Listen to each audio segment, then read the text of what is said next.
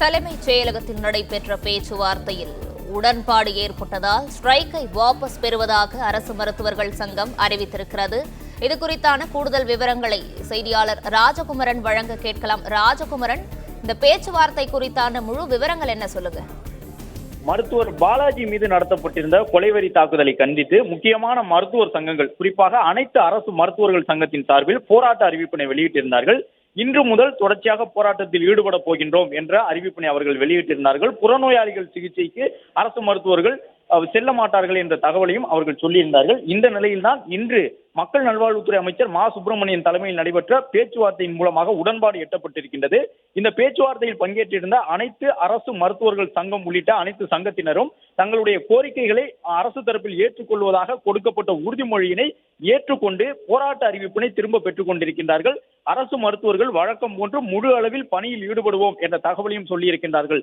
அதே நேரம் மருத்துவர்கள் தரப்பில் கிட்டத்தட்ட 2 மணி நேரம் பல்வேறு கோரிக்கைகள் வைக்கப்பட்டன.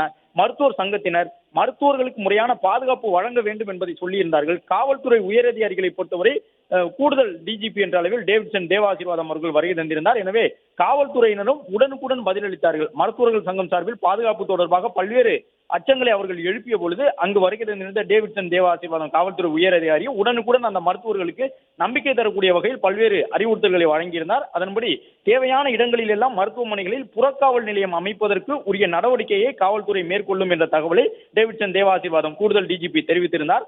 அதனையெல்லாம் அரசு மருத்துவர்கள் சங்கத்தினர் ஏற்றுக்கொண்டிருந்தார்கள். அது மட்டுமல்லாமல் ஒரு சில மருத்துவமனைகளில் முக்கியமான மருத்துவர்கள், மருத்துவத்துறை தலைவர் உள்ளிட்டவர்களை எல்லாம் பார்க்க செல்லக்கூடிய நோயாளிகள், அந்த நோயாளிகளுடன் வரக்கூடிய அட்டெண்டர் என்று சொல்லப்படும் உதவியாளர்கள் மெட்டல் டிடெக்டர் வழியாக செல்வதற்கு வழி ஏற்படுத்தி தர வேண்டும்.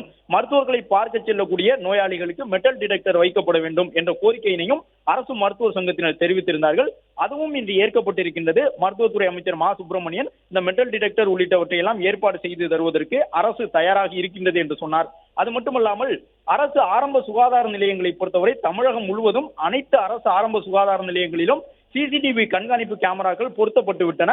சென்னையில் அதற்கென ஒரு சர்வரை நிறுவக்கூடிய பணி நடைபெறுகின்றது. அந்த பணி இன்னும் சில நாட்களில் நிறைவடைந்தவுடன் அரசு மருத்துவமனைகளும் முழுமையாக கண்காணிப்பின் கீழ் கொண்டு வரப்பட்டுவிடும். சென்னையில் இருந்தவாறியே சிசிடிவி கண்காணிப்பு கேமராக்கள் மூலமாக அனைத்து நடவடிக்கைகளையும் மருத்துவமனைகளுக்கு உள்ளே பார்க்க முடியும் என்ற தகவலையும் மக்கள் நல்வாழ்வுத்துறை அமைச்சர் மா சுப்பிரமணியன் தெரிவித்திருந்தார். ஏறக்குறைய 2 மணி நேரம் நடைபெற்ற இந்த பேச்சுவார்த்தையில் பெரும்பாலானவர்கள் இந்த கோரிக்கையை முன்வைத்த நிலையில் கோரிக்கை ஏற்கப்பட்டு போராட்ட அறிவிப்பு திரும்ப பெறப்பட்டுள்ளது.